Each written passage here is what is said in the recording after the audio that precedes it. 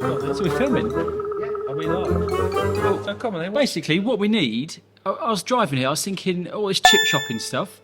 Yeah. We need a new award. This week, I was the batterer. So I'm like the fish fryer. You were the giver instead of the taker. You might need some new T-shirts. Just take the ones you've got and just tweak them a little bit. Okay. Yeah? And I'll be the first person to have one. Well, yeah, so I didn't get sure. your little texts this week, No. little smiley faces saying, "Have you been chip shopped?" Where were they? So what are you saying then? What? Well, it's quite obvious, isn't it? It doesn't happen very often. I know you won't well give done award. Yeah, he wants well it to done go to award. Matt. He wants it to go down the annals game. of match fishing history. annals. Careful with that word, Graham. I was being polite.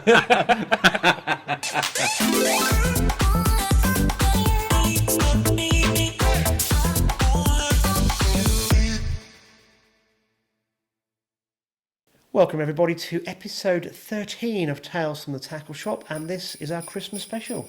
Is it? I won't call it special. Our friend of the show, Ernest Andrews, Yeah. is going to be upset. Why? We haven't got our Christmas jumpers on. No. Well, we're matching. We are, yeah. You know. Yeah, we've got our matching... We've got a Christmas beard going on, but yeah. Yeah, we've got our FFTV hoodies. Still one or two left, and still time. Yeah. Still time for Christmas. Yeah, It won't be sent Royal Mail, but they are. they have to come and collect it. Yeah. Vouchers, still vouchers? Yeah, still vouchers available. We're open over Christmas, so if you got some Christmas money, come and spend it in the shop. Do you want to say your opening hours now? So we... Might as well. Yeah. Might as well. Yeah. So basically, we're shut Christmas Day, Boxing Day, New Year's Day, and we're open 7 till 1 Monday to Thursday, and then till 4 on the Friday. Saturday normal hours, and then obviously Sunday's New Year's Day, so we're shut then. Back open again on the Monday. What about the fishery? Fisheries shut exactly the same. So fisheries open every day apart from Christmas Day, Boxing Day and New Year's Day. Cafe will be open as well, so come and have a breakfast before you spend your money. Got plenty of bait in. Between Christmas and New Year's, quite a few matches going on, so hopefully we see a few anglers. Yeah, fishing times at the lakes is... Dawn till dusk, so yeah, cool. basically 7:30, 7:45 till about 4 o'clock. Nice. So if people want to get out, because it's obviously got a lot milder the last day or two, they can do that. Right, before I forget, next podcast will be the 4th of Jan. So we're going to have a break for next week, obviously, and also there's not a lot to talk about. I'll get a break from you for 2 weeks. Oh, that's not nice. Oh, that's not That's good. charming. And obviously in between time we'll have the March Open. Hopefully, yeah, unless we get another load of terrible weather. But today I got my shorts back on. Well, we'll talk about the lunatics that go down to March and smash holes in the ice or not after the next little section. But what I'm going to drop in now, Alex, I didn't tell Alex this, I'm going to put a little bit in about Cheesy Bob and him trying to walk on the ice. I think I showed you this during the week. It's not easy being cheesy. Not yet, but it would explain to people how bloody cold it was. Or how mad he is. And he's completely bark raving mad. We went for a walk last Friday before the Sunday when the Open was meant to be, just to check out things. And it was going to be colder the Friday night and the Saturday. And this little clip will show people just how solid it was at March. What you got there? I don't know, a couple of inches more. What's the plan then for Sunday's Open? Well, it's got to be awful. You can't get keep nets and everything in. Well, you would, but when the water's so clear, you'd struggle down here. You're also worried about the weather forecast as well, aren't you? That's it. Talks rain all day and snow and frost until then, so. We're up there. What year gonna? When's it back on, Cheesy? 28, Wednesday 28. Don't go in. I think I can stand on there, look. Couldn't you? I ain't going to because I've only got boots on, but I could walk on that first bit. Guarantee you. So everybody that's booked a place, it's reserved for the 28th. Yeah. And they need to let you know if they can't Let me make know, it. yeah. Yeah, If they perfect. can't come or not, it's not a problem. Wise decision, I think. So that was Cheesy trying to do his Torval and Dean impression. We're not quite off. I actually thought he was going to start walking on the ice. You can just imagine him with his pint of Carling like that, can't you? Trying not to spill it. Do you remember me showing the video? There was a thud. Yeah. He threw this ice across the block of ice he had in his hand across the top of the ice, and it went straight to a boat. It made a brilliant thudding sound on the video. Yeah. It's definitely the right decision to call it off, though. It was, yeah. 100%. It definitely was.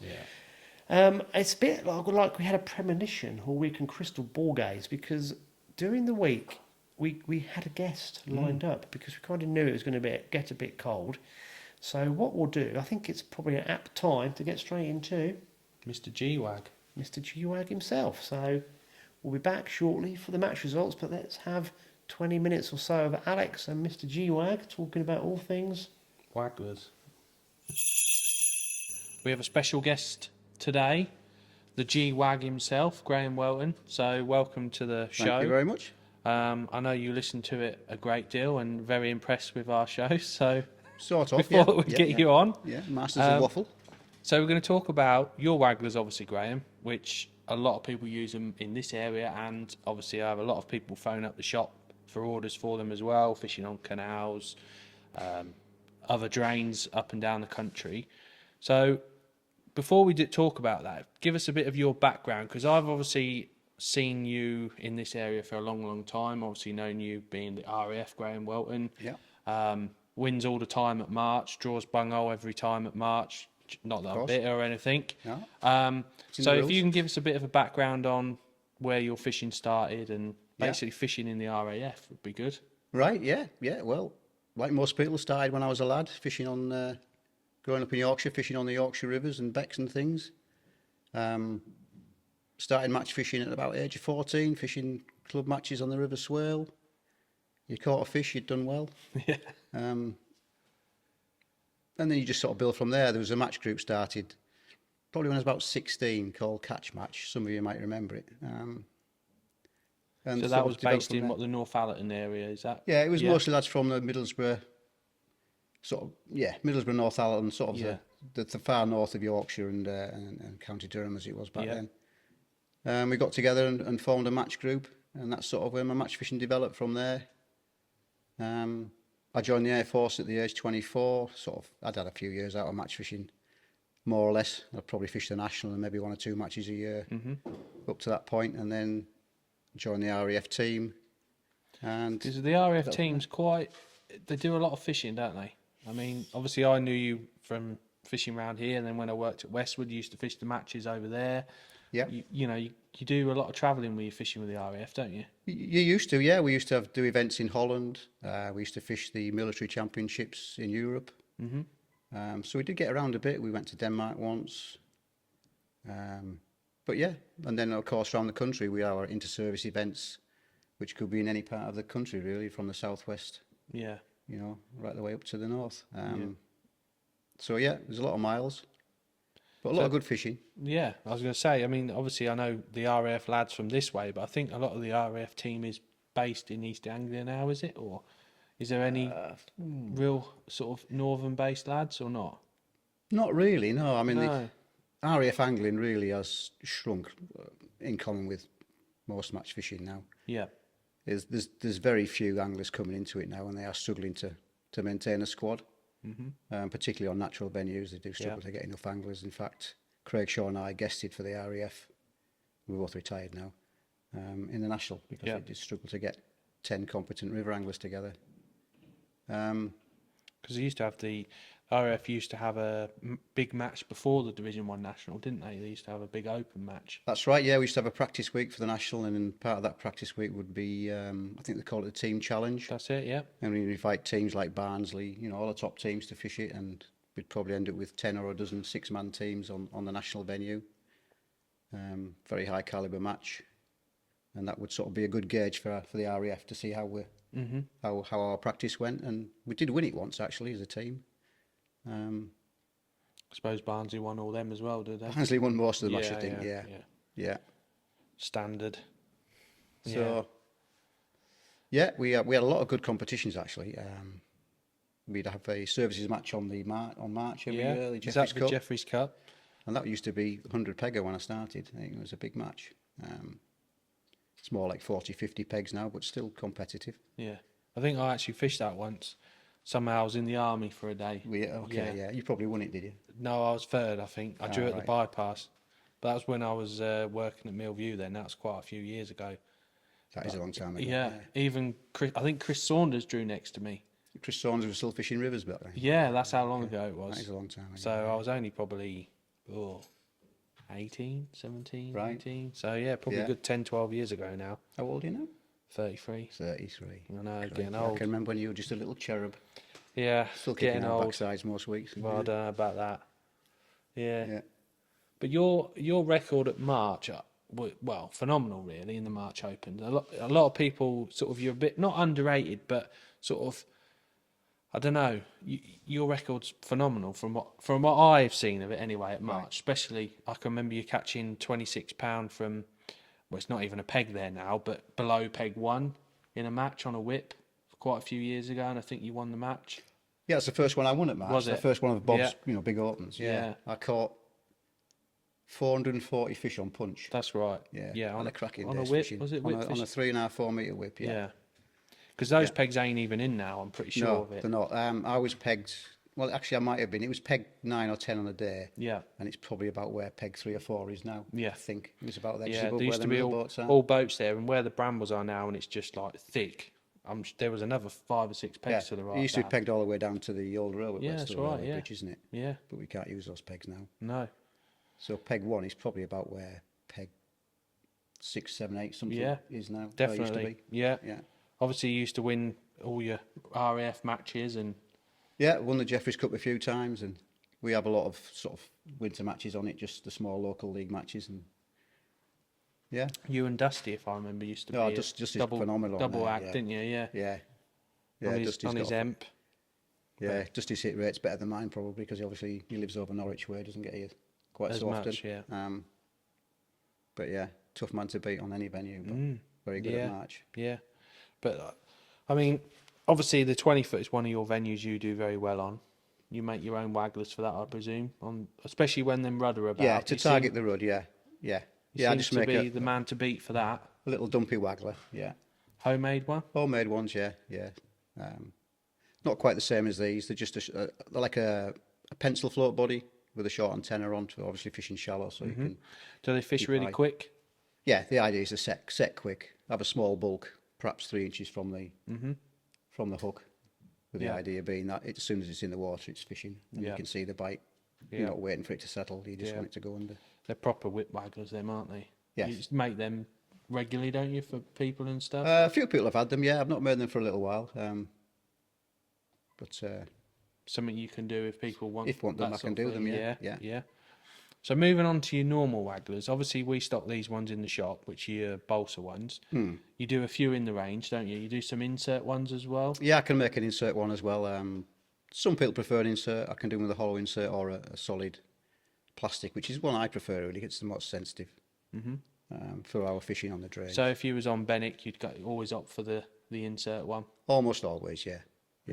It's weird because like I prefer this sort of one for some reason. I've tried the insert ones and sometimes they're better, but I think when it's got a bit of wind on, I prefer them. But it is all personal choice. It is. It's it's very individual choice. sport, as you know, and it's just Yeah. what you prefer. So I know a lot of people like to use these and dot them right down. It can give you the They advantage. even use them on the whips, don't they? Some people. I've not seen these used on the whip, but Yeah, I've seen a insert few ones people I have, use them. Yeah, Ah, I've right, seen some okay. people use them on the whip. They're just an all-round. They're unique, aren't they, for this area? I mean, what is your go-to one? 3BB. 3BB is your standard on Yeah. our venues, isn't it? Yeah, 2.5 3BB on the narrower will pegs get and- you where you want to be, sink your Yeah. line. Yeah, as light as possible, really. Yeah. So going to back up to the waggler then. So everyone fishes it differently.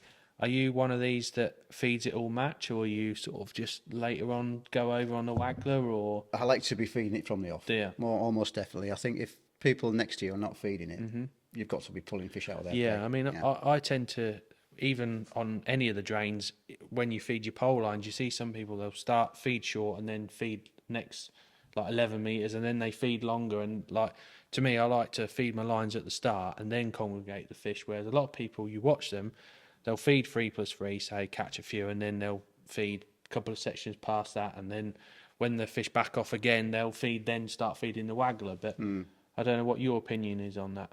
It's just difficult sometimes. If it's a really difficult day and you're looking at a low weight, you can sort of risk overfeeding the fish and lessen your chances of catching on all the different lines. But I like to keep something going over there, if it's just a few squat, if it's a tough day. Yeah. Yeah. Do you use the trusty Maxima, or are you a fan of some more high-tech line for the waggler? I actually use a Garbolino line. It's a sinking feeder stroke waggler line. The black one, yeah? The black one, yeah. It's a really smooth line. It works really well as well, yeah. Is it what, in like 014? I use the .14, which... Yeah, I think that's the lightest one they do. Yeah, it is the lightest one. It's just bang on for the start of fishing. So again, the same principles of using Maxima, you want it to sink, don't you? Yeah. I have a little tub of washing up liquid, diluted. Could give the spool a spray. Yeah.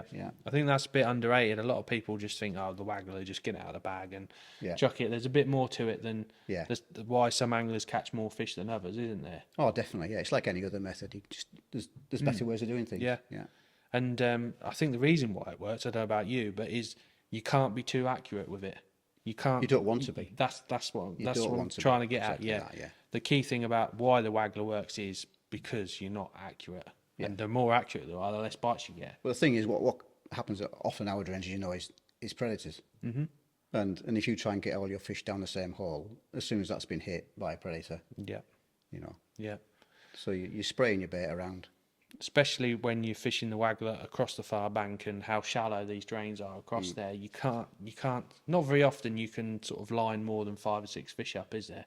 Before you have to put it back down and pick something else up, or cast somewhere else. Chuck down there, chuck up there. Yeah, cast into the next peg or something. And that's the key, isn't it, for that waggler?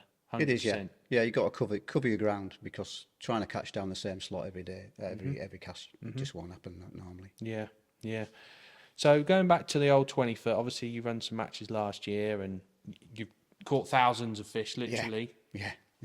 How do you go about that? What makes you decide whether you're going to fish for the rudd or you're going to fish for roach? Is it the peg you draw, or when I start, if I fancy it for a rudd day, I'll just see what the catch rate's like. And I might start on the bottom. Hour, or if I know it's going to be a good day, generally, I will start on the bottom looking for roach, but I'll be feeding the rudd line from the off very regularly. And then when I do decide to go on it, it'll be the catch rate then. Yeah.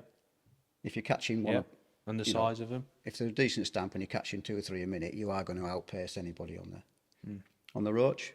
If you can catch them really short and catch 4 or 5 a minute, you're going to be on for a big weight, £30 plus. Yeah. It's weird, isn't it? Because there's no way you can say, 800 fish will be 20 odd pound with it. You don't know. No. Each day's different, isn't it? Yeah. I mean, I know Simon Wilsonwell did a video about whip fishing. I don't know if you've seen that one on the Fenland Fishing TV. He was talking about counting and what they do in Italy when they're practicing. I learned quite a bit from that. I'm not one for counting. I just keep putting them at big or small, they all count. Do you know what I mean? Just keep going. Yeah. But it's when you're doing that numbers game, it's quite critical to work out, isn't it? Because sometimes you can be a busy fool, can't you? And it's a fine line between a genius and what do you do that for, isn't it? You've got to get that right, because, as you say, you could find yourself falling, even though you feel like you're catching well. If they're a small stamp, for example, and you're not catching quite at the rate you should be, you'll fall behind. So you do have to count, and you do have to have a good idea of what the weight. I mean, Raveley was a very similar sort of fishing to the 20-foot, isn't it? You've got to work out whether you can catch roach short, or whether them rudder there's enough of them in your peg and the right size. And that's right. That in general is pretty much all the drain fishing, isn't it? It's either 100 mile an hour, even at places like Benwick or March. You could have someone catch 400 fish next year, and you will have 250, but weigh £6 more, can't you? That's right. Yeah. And sometimes you can be caught in that trap, can't you? Yeah, we've all gone down that before. 100%. We've all been caught out. Yeah. Yeah. It's a fine line, isn't it, between getting it right and not right. But and the hemp fishing as well, you can get caught out. Yeah, 100%. I mean, you love your hemp fishing, don't you? You've had some big weights already this year at March. Yeah, that's another Dustyism he's imposed on me. Is it? I didn't used to fish hemp until he insisted. No, I'm a bit like you. I'll do it if I have to, but Scrappy gave me a bit of a lesson on it the other week, and that was You've got to have it in frustrating. your armoury. You've got to have You've it got to there. have it. Yeah. Yes, I mean, obviously there's going to be a lot of anglers that are looking at this podcast, YouTube video, because of the Winter League final coming up, and we see a different river to what they see, and they probably think, 40 odd pound, what are they on about? And and it's hard when people come in the shop and they're like, oh, do we need this? Do we need... You're like, yeah, but it's a bit different when we fish it. Yeah. It's totally different, isn't it? I suppose you see from fishing the March Opens and things. Yeah, it gradually declines over the winter, doesn't it? And by the time Yeah. the Winter League final comes round, it's a completely different beast. As we saw last year in the Winter League, there was some pretty tough sections. It was shocking, wasn't it? In fact, it was shocking in places. Yeah, It's the worst we've ever known it. I don't know. I've never seen the drains fish that bad. And everyone was very worried, weren't they? Oh, where have all the fish gone? And oh, what's going to happen? All the fish have died. That year's class has died, and all this and all that. And then this year, it's better than it's ever been. It's come back with a bang, hasn't it? What's your theory on that? Do you think? I think it's predators. I think it's cormorants. I do. Yeah. I'm pretty sure the cormorants are driving all the fish into the towns and places where people are. And there's lots of barren stretches of river out in the sticks where the cormorants have just Where we destroyed, probably can't see, and there's shoals and shoals of fish that are just mullering and mullering, aren't they? They're just constantly moving the shoals, and then once they get into a town, they're a little bit safer because the cormorants don't come in. Well, not many do. Yeah. It's weird how this year the fish were in there in March, particularly very early, weren't they? Yeah. What do you think? I mean, I think this year there definitely isn't as many cormorants from what I've seen than there was last year. Definitely. I mean, you'd be walking along the March bypass there, and you get round the corner just off the boats, and there'd be like 12 cormorants out there. Yeah. And you're thinking, are they the reason why the fish ain't coming to the town because they're stopping them from coming in? You don't know, do you? I suppose it depends which end they're coming from, doesn't Yeah. it? Do they come down the 20-foot and coming from the other end? We don't know, do I we? don't know. It'd be nice to know, wouldn't it? Yeah. Be nice to them to tag these roach, see where they disappear to and where they come, when they come back. I mean, I think the fish come from the middle level, personally, into the town. Yes. Yeah, it's probably most likely there's a bigger area of water think that way. 16 foot, Yeah. 20 foot, and middle level is where them fish particularly come from. They get to sort of the bypass and stop, if you know what I mean. And the fish from Bennett come from that way, but Possibly, yeah. I don't know. We're only We don't know. guessing it. They might be there all the time. It's just we just catch You don't them. know, do you? No, I think there's a certain amount of fish in March all the time. Yeah. I think you've got a lot of resident fish, and then I think there's a lot of migratory fish as well. But I suppose Yeah. I suppose Holland is similar to the fish in the fens around here, is it? You've got migratory fish. Do you go it's in definitely. May when you went, or Yeah, you're looking for the bream migrate to the spawn grounds, don't they? And that's where you're trying to catch them. Yeah. So talk to us a bit about how you make these. Obviously in your shed. Well, yeah, I've got a little workshop at home. Really, it all came about in the fact that you couldn't buy anything like this anymore. Used to get the image wagglers, and before that the Billy Makin. Yeah, Drennan used to do a canal. Yeah. And so I was running out myself, and I thought, well, can I make them? So I got myself a little wood lathe, and I thought, well, how am I going to make a tapered piece of balsa without smashing it to pieces? And eventually, a bit of trial and error and the bits of balsa flying everywhere, eventually found out how to do it and got the right tools for it and the right process. And I just handed a few out at a match one day, made a few, and said, have a go with these lads. And that's how it sort of got started. A few people were quite impressed and come back to me, can you do this? Can you make me that? And One thing led to one another. thing led to another. Making them with inserts and all sorts. Yeah. So what ones do you do then? Obviously, this is the standard one. Yeah, that's a standard tapered balsa tip, and then I can do them with a hollow insert or a like a pole tip solid plastic insert, which are very sensitive. Yeah. So what sort of shot will they take? Because obviously the insert's probably about that sort of length, isn't it? The 210s insert or like 211s or what, to sink the insert? Yeah. Depends what it is, but if it's just a solid plastic one, you're talking of a number 12 really to dot it down, if you like. The hollow tips, probably about a number 10 will Yeah. number 10 style or something like that will just sink it nicely. But of course, it depends how thick the tip is and how long it is. But, Yeah. Yeah. they are very, very sensitive, even the hollow tips. Are. It's amazing, isn't it? Because we sit there fishing nice little fibre bristle floats at Benwick or wherever, and the bites are like this. So you chuck a waggler out and you think, it just goes straight under. A lot of it's to do with the fish, isn't it? The fish are feeling, obviously, the pressure of being where they are, but when they're over that far bank feeling safe, they're more confident. I think they? they're more confident. They haven't got a pole over the heads either, which helps, I think. So what rods do you use, Graham, on the waggler? Because it's a bit trying to find one. There's not many nowadays. out there, really. No. I'm using a Drennan Acolyte, Yeah. 11 foot. Yeah. That's quite nice. Ultra. A little bit on the stiff side, but Yeah. They do the job though, don't they? they do the job. And I've got an very old Dickie Carr canal rod. Right. It's the old green one. Some of you might remember it. No, I don't remember Yeah, them. it's got a splice tip in it. I think that's the key, having a splice tip. It's not much thicker than floats at the butt. Yeah. It's really, and it's there's better technical rods nowadays, but it's a joy to use it sometimes. Yeah, it's a bit of a specialised bit of kit for fishing around here, isn't it? It's, you know, I've got some of the Hot Rod Sphere rods, and they are, for that game, bob on, absolutely perfect. Right. But if you want something where you got to chuck a bit further, so if you was like when we was at Chain Bridge and you're chucking across, they're no good for that really. Yeah, it's a bit of a Whereas your Acolyte rod would be absolutely perfect for that in 11 foot, wouldn't it? yeah. That'll be fine. Yeah. Yeah, Obviously like you need a 4BB wagglers type thing. Yeah, slightly bigger waggler. Yeah, you can punch it out with that rod. Yeah, a little bit. Sound. Yeah. So yeah, we've covered quite a lot. Is there anything else you want to tell us? Any? Let's have a winter league and have a chat about the winter Yeah, league if you like. yeah. I thought, obviously, How's your winter league gone this year? well, it's not gone very well at all, as you well know. Yeah, it's one of them leagues that, how can I put it? Maybe every year it gets stronger and stronger, and the competition gets better and better. And you know, before maybe you could get away with a few things, but nowadays, you know, everyone's on it, everyone's switched on. You've got to put the effort in, haven't you? That's right. I mean, look at Peterborough. I mean, they wouldn't have been regarded as one of the better teams in the league, but they put the effort in. That's it. And you've got to take your hats off to them. Yeah. They've done really well and almost qualified. Yeah. Pushed us to the limit, and after 3 rounds, we was like giving up. Do you know what I mean? It was like, what's gone wrong? I mean, I think first round we was 4th, you guys were 5th. Second round we were, where were we? 4th, and you were 5th again, were you? Yeah, we had 2 5s to start. We were sort of behind the 8 ball from the very beginning. And we Really. sort of thinking, what's going on here?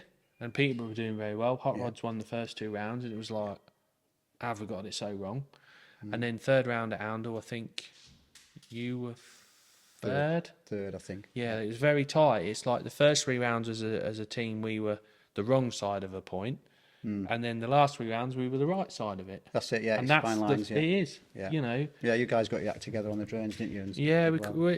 we did. Yeah, But, just didn't go right this year for whatever reason. But I've enjoyed the rounds. I think the second round was a bit. Second round was 10 mile bank. Yeah, that was a bit iffy, wasn't it? It was, but I enjoyed Oundle. I really enjoyed Oundle as a different round. I know some people don't like the travelling. It's a little bit sort of towards more Northamptonshire way, but I enjoyed it. It was different. Yeah, You know. it's a decent venue. It wasn't anywhere near as bad as 10 Mile Bank, was it? So, No. yeah, we'll get my vote again. Yeah, it's different. Then obviously moving on to Benwick, and it when the time of year we fish it, it's brilliant. Fish really well. It's a proper venue, isn't it? Like, It is, yeah.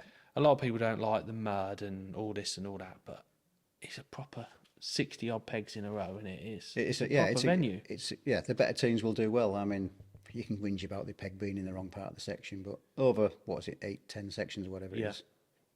No, you can't. Yeah. You can't moan about your No, I really enjoy Benwick. A lot of people don't, but I as a venue, I do like it. I get on with it. Probably because I always draw there.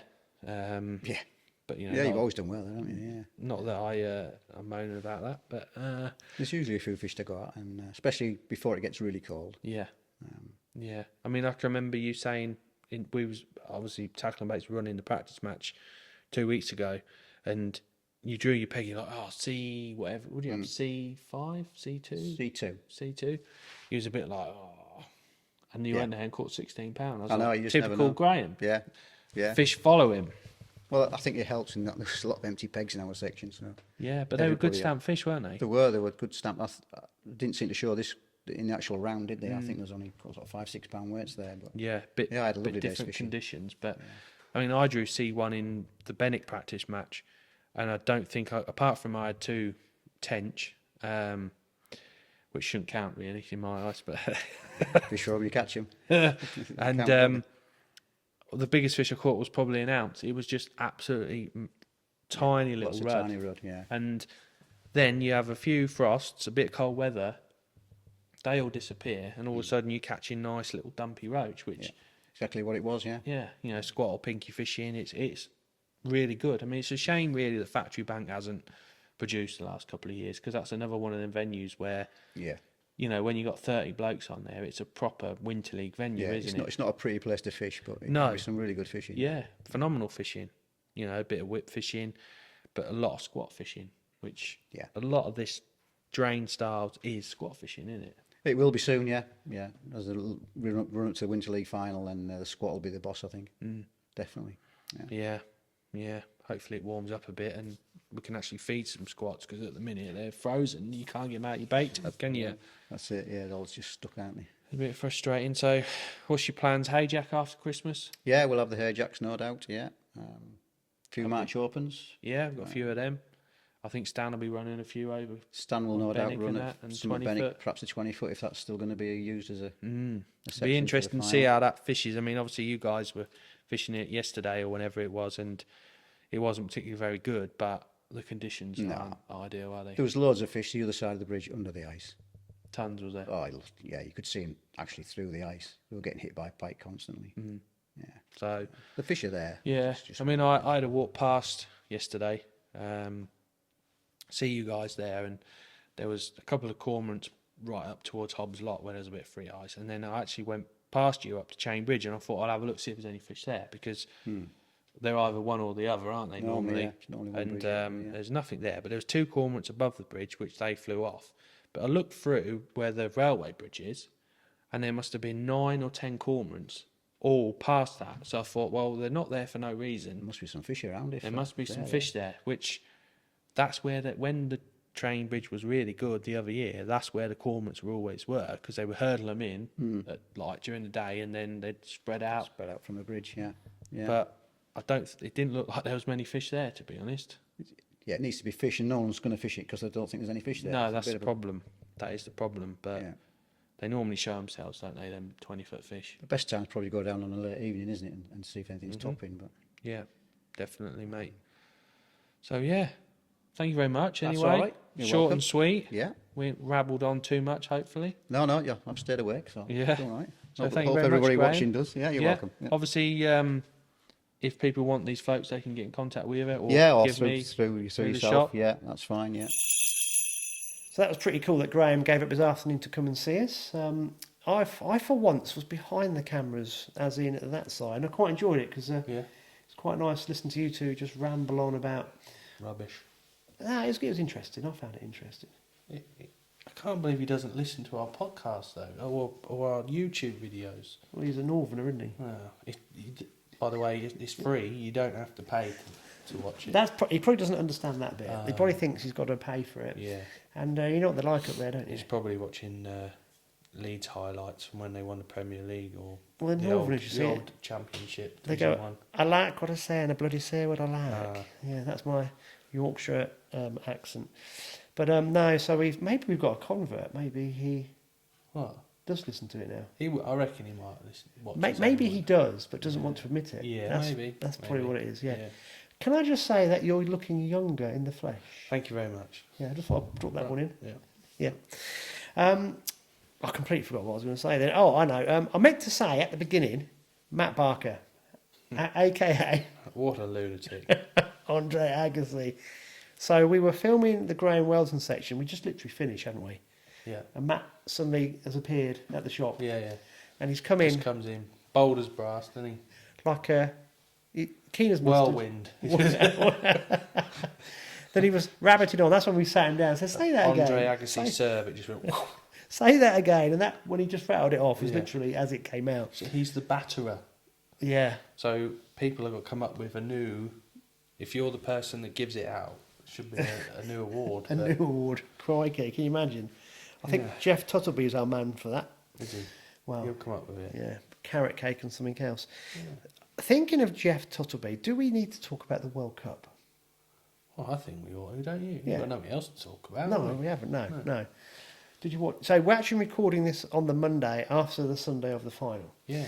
So did you? Well, I didn't watch the first half because all of a sudden it was 2-0 to Argentina. I was like, ugh. Without giving too much away, you could have. We'll talk about the match results in a minute, but you could have actually had a nice afternoon, sat in a nice warm room, watching the pre-match build-up. To be fair, I could have done, but You didn't. no, I was weighing in. Yeah, we'll talk about that in a minute. Anyway, let's go back to World Cup. So, what are your thoughts about the final?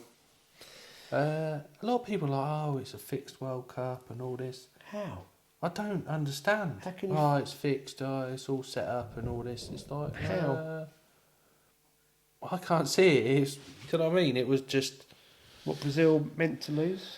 yeah. No, they were desperate to win. I know a lot of it's obviously PSG and Qatar and stuff like that, but no. What England meant to lose to France? No, they just Kane meant to didn't know how spoon to it? win, No. did they? No. Simple as that. And What a great final though. I didn't really care who won, to be honest. I don't know really. I weren't that bothered about it. Once England went out, I was a bit like, that's it now, finished. Yeah. Bring on Boxing Day. Do you know what I mean? Or Tuesday, just gone. So it was a good game, but I felt that they were just all knackered. They all just looked like, ugh.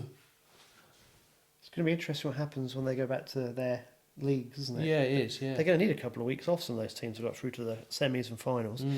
But going back to the game, I thought it was really good. Argentina was superb the first half. And I thought, this is in the bag. And then how France found their resilience to come back. out of nowhere, wasn't it? Yeah, out of nowhere. It was incredible. Yeah. But Messi looks like a kid, doesn't he? With all this stuff going on. Yeah. He actually looks genuinely happy about it all. No, well, I think he would be. Yeah. And you can compare him to Ronaldo. The difference is amazing how they deal with things. Yeah. I mean, I've Personalities. always been a big Ronaldo fan. I've always been like, wow, what a brilliant player.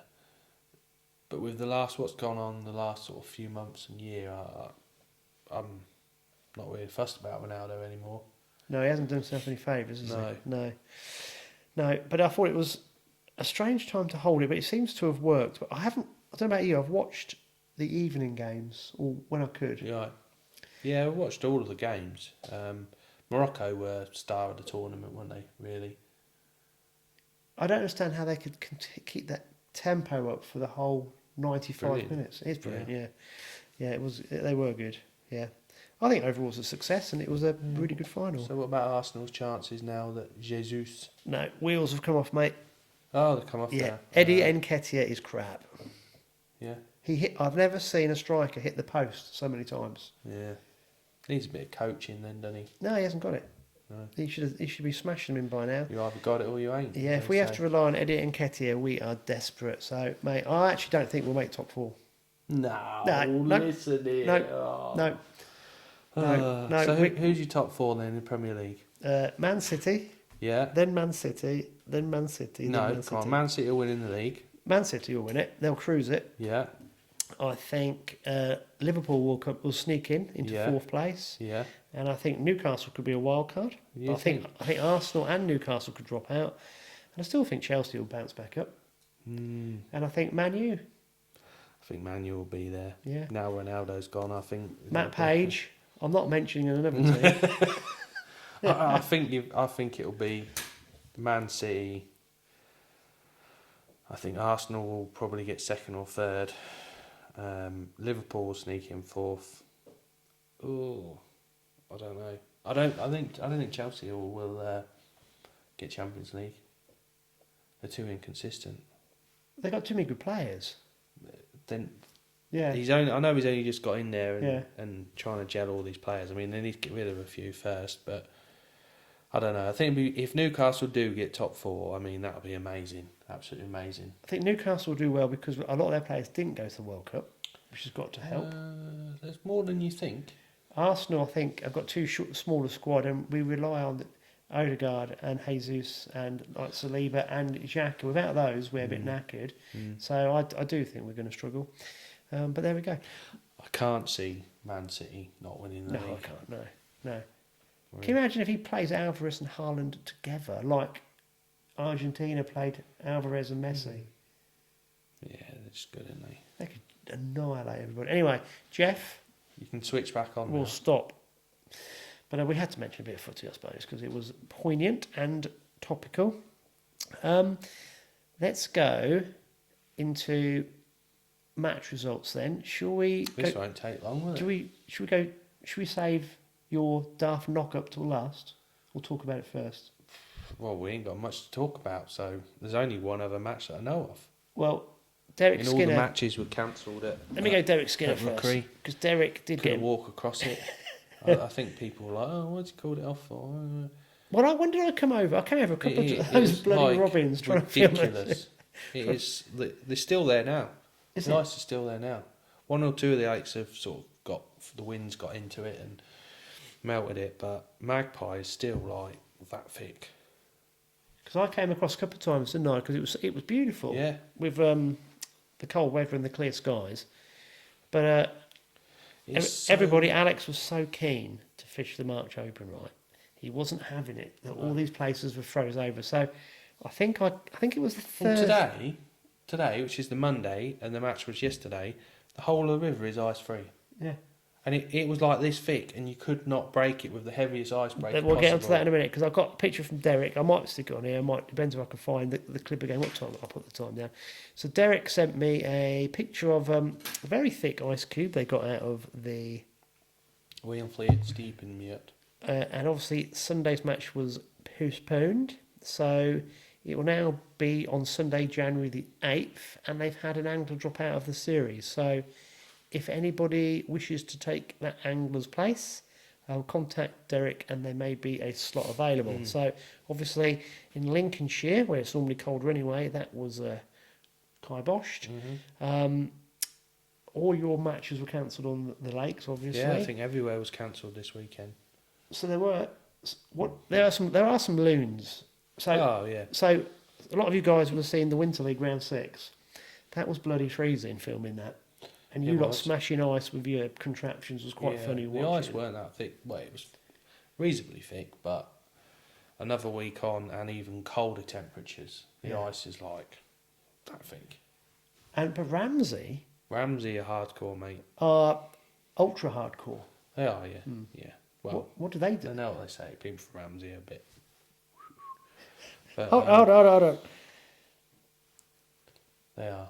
You can't say anything. People in glass houses or ice Oh, right, houses yeah, should not yeah, throw yeah. stones, which we'll get onto in a minute. So they had a match Wednesday at Ramsey St Mary's. I think if you ever want to find Keith, don't go to his house, just go Ramsey St Mary's. You've more chance of finding him there than at home. So Wednesday's match was one with Stewie Cheetham, the hemp wizard, £6.10. And then Colgate Keith, finally in the money, £3.15. And Kevin Moult, £3.3. So weights very low from what they normally are. So they But- must have used like sledgehammers to get through that. Yeah. Yeah. Yeah. I'm sure the old Fenland boys will tell you, I remember when we did this, we were skated all the way from there, from Ramsey itself, all the way to St Mary's on the ice. I'm sure there's a story or two about that. There will be. And then Sunday, Benjamin Button's brother, Dave Steels, who's on fire at the minute, with £1.15 and a half. I bet they had to get Quinto Cranehigh to weigh that in. And then Paul Kilby, £1.3, and then Duncan Folkes, £1.2. So fished hard for them boys on Sunday.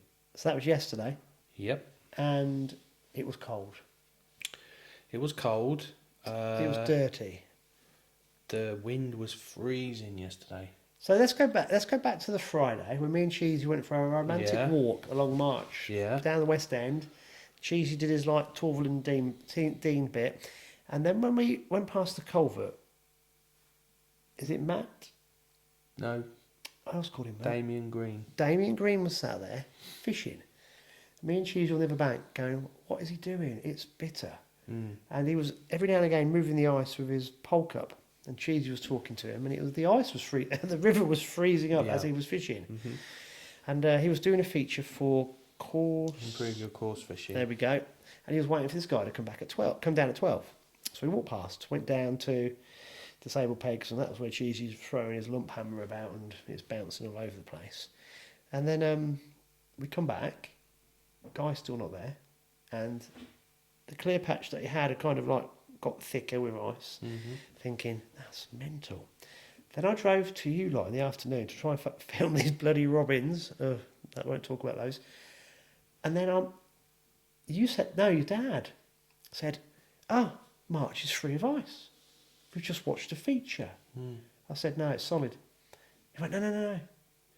And then you showed it to me, and the camera angle makes it look like there's not much ice. Yeah, it was absolutely solid. So I'm thinking, this is going to give people the wrong impression. So when Cheesy obviously cancelled the match on the Friday morning, word's gone round. So one madman thought he'd organise a knock-up on the Sunday. Yeah, you know what it's like. We could have had this weather we've had today. Hold on, but you're one. There was 14 other madmen as well. 15 in total, yeah. Including you. Yeah. So there was 14 and Alex, all met at Wetherspoons on Sunday morning at 7 o'clock. Yeah. So what was the rule? You had to be, if you were Had to be there by quarter to 8. If you weren't there, you weren't coming. Simple as that, isn't it? And there were 15 of you Yeah. in the spoons. Yeah. All have breakfast? Well, some of them had eggs Benedict, but Are they posh all that ones? breakfast. Yeah, Rob Hewison. I'll say Rob Hewson has eggs Benedict. He's a higher class of angler, isn't he? Yes. Yeah. I think I'd have poached eggs on toast. Is that eggs Benedict? Something No. similar. Oh. No, nothing like it. So, I then thought, right, what was I doing yesterday? I did something in the morning, and then I thought, surely to God, these madmen are not down at March. So I drove to the little car park near Wiggy's, thinking I might get a place in there. No, it's solid, with all these vans of different descriptions, one of them being tackle and bait. So I drove round the other way, managed to park where I didn't block someone's driveway, and walking to the bridge, and I could see these anglers walking about. And I saw someone with a gait like this, with a black hoodie on, with his hood up, looking cold. I'm thinking, that looks like Alex. Got to the bridge, and on the bridge is Cheesy. I went, yarp. He went, yarp, yarp.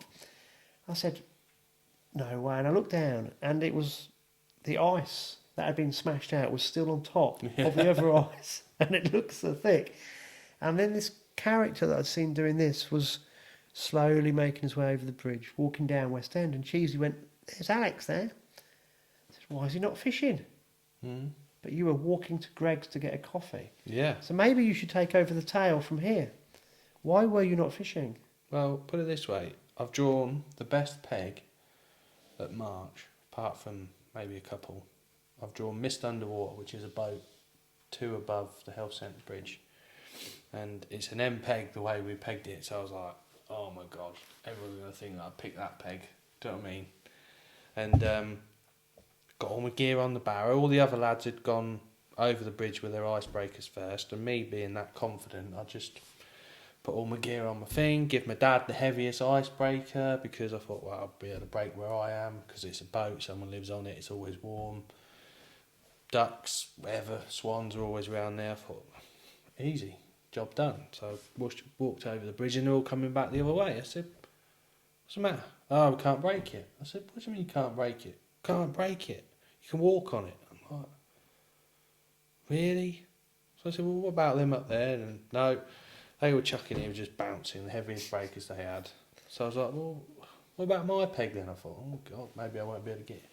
And anyway, again, it was bouncing. You could get through but you couldn't cut it. It was that thick with the weight and everything. You're just making holes. And where you were sort of put your keep net in, well, it was ridiculously thick. It was like that. It was silly. They said, well, I'm not fishing, he's not fishing. And I thought, well, I'm not fishing then. So all 5 of us didn't fish up that end. So I was a bit like, No. I've only waited to draw that peg. 3 or 4 years. Yeah. I have drawn it before, though, to be fair. I've drawn it once before. And I did win the match. But, yeah, so I was a bit like, ugh. And then I rang my dad, and he had my heaviest break, and I thought, I wish I had that. He goes, I can't get through the ice here. And he was the end peg nearest disabled platforms, and he couldn't. He could only get it like 5-6 metres out. It'd make a hole, but it wouldn't break the ice, because again, the further you got away from the bridge, the thicker the ice. So he said, oh, I'm going home. So in the end, there was 9 of them managed to break in the ice. Even the biggest idiot in the world, Gavin Wright, got in with his chest waders and was banging the ice with his hand. Water? Yeah, got in the water with his chesties, and he's going.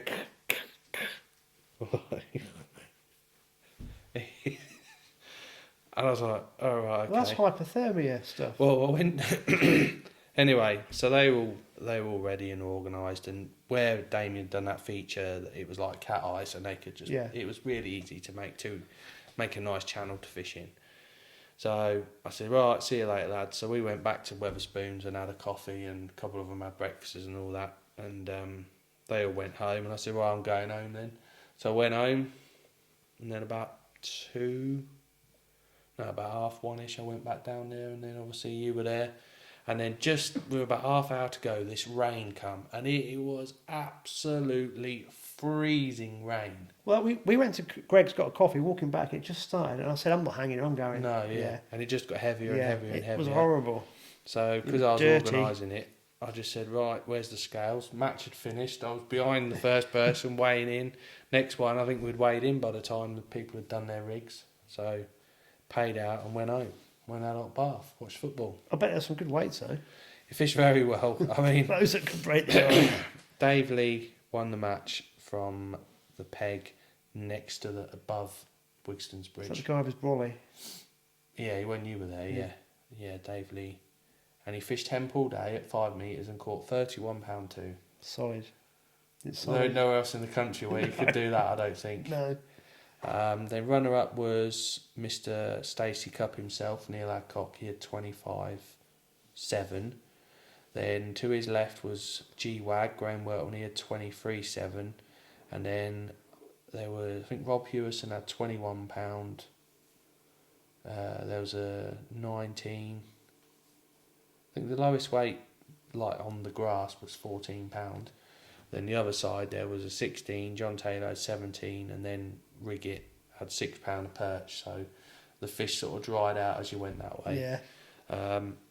So maybe Dad's decision not to fish was probably a good one. Well, all of you are mad because on Friday we were trying to tell you. Well, yeah, but the thing is, where I was the day before was free of ice. Like in the middle bit, obviously in the edges, and that was still frozen. Yeah, it Friday night, Saturday night were cold, weren't they, as well? But then today, it's completely gone. So I was checking the forecast out about a week ago, and I was watching. I don't normally do this because it's such. I wanted to get out, and I was watching. There's one or two really good weather reports that give you what's coming from the west, the Atlantic side. They were talking about this big low coming in, and by Friday I'm thinking if it comes in a day earlier than predicted, the March Open will be on because it's going to bring rain with it, and it's going to be about 12 degrees and winds. But no, it came last night, didn't it? So this morning, well today, everything was clear, and I just went down the 20 foot with 3 deadbait rods for 2 or 3 hours. Didn't catch a thing, but I just wanted to get out. And it's amazing how I was there with no coat on. I know. It was that warm. Unbelievable. I just sat there going, well, no gloves. The thing is, no everything coat. is all damp now, isn't it? Where it's defrosted. Yeah. Where it's got that wet, everything's just dripping, isn't it? Yeah, but it was just like really mild, crazy. And you're thinking, well, Saturday it was that bright, lovely sunshine and really cold, and now it's like this. So I would imagine that was our Christmas weather gone, and it'll be hopefully, just wet and windy. Yeah, wet, windy, and That's how mild. we want it for the fens. Wet, windy, and mild. Yeah, well, there's still a lot of water that needs replacing for these resis, so that got top up. Need a lot more water for those, so we could do it raining quite a lot now. Yeah. But also, it'd be Get a bit more colour because the venues are absolutely crystal clear with that. Yeah, they will be, won't that they? ice. Yeah. Right, just to reiterate then, so Cheesy's March Open's been put back to the 28th. Yep. Wednesday. Yep. It's basically, if you're in, you're still in. Yeah, so if you were booked in for the Sunday match, you're still booked in for that match. If you can't make it, you've got to let them know, because there'll be a waiting list for people wanting to fish.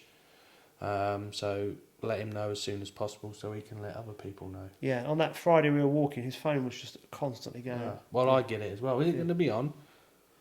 I don't know. No, but it was people actually who could make the 28th but weren't on the list. Oh, right. So he has got a rather large reserve list. So, you know, he does need to know if you can't make it, because obviously he's presuming that everybody on the list is still coming. But obviously things change during Christmas and New Year. But it's a good time. That's a good idea to put it back then, and because that's kind of definitely for me. Wednesday's my day off. Well, some people are going to miss out, but you can't please everybody. No.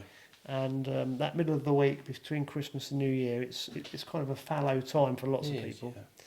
Yeah. One thing I must remember, I haven't even mentioned this to Alex yet, but we did a walkthrough of the shop, didn't we? Do you want that to go out Friday before Christmas?